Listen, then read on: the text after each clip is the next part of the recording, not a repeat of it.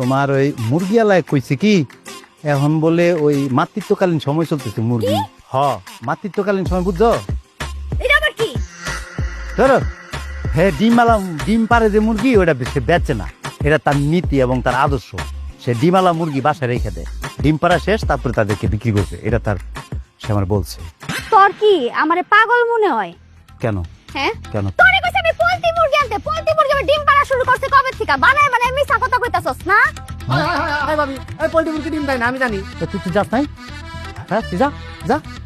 মানে তোরে বাজার করতে দিছি, তুই ভুল করবি না, এটা কি হইতে পারে? হ্যাঁ। আইসা এই, মনে কর খারাপ তুই আমারে দাঁড়াও, যা যা যা যা তুই যা, তুই যা যা যা যা যা।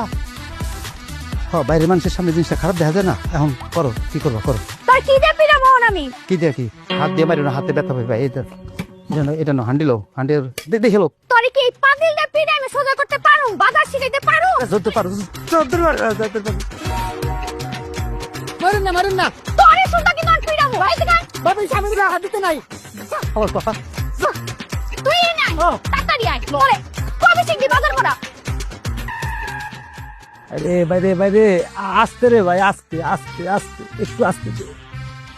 তুই কি প্রত্যেকদিন আমার লগে থাকবি বেটা? হ্যাঁ, এটা কি রেগুলার হয় নাকি? রেগুলার আইটেম, প্রত্যেক দিনের আইটেম মনে কর।